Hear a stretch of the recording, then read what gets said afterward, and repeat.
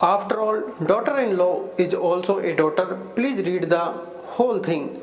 If the daughter answers back to her mother, then they say that she is still immature. And on the other hand, if the daughter-in-law says something, then they say, is this the value your mother has given you that you should answer back to elders?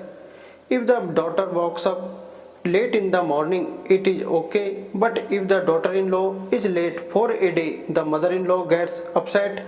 If the daughter talks on the phone for hours, it is okay.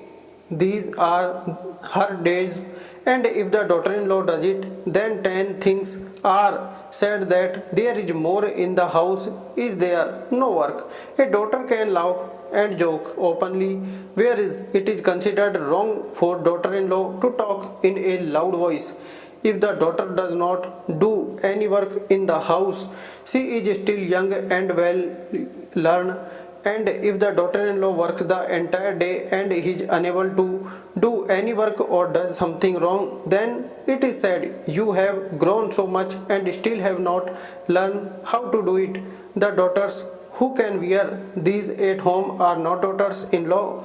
They are asked whether they have any shame to respect elders or not, and do elders turn a blind eye for their daughters? If the daughter is happy at her in-laws' house, then it makes one happy, and if the daughter-in-law is happy at her in-laws' house, then it feels bad. It is nice if the son-in-law helps the daughter, but if the son helps the daughter-in-law, she is called a slave of his wife. If the daughter has to work alone in her in-laws' house, then there is a worry that my daughter will get tired, and even if the daughter-in-law works alone the entire day, she is still called a lazy person. If the daughter's mother-in-law and sister-in-law do not do any work, one gets angry, and when they do not help the daughter-in-law in their house, it seems right.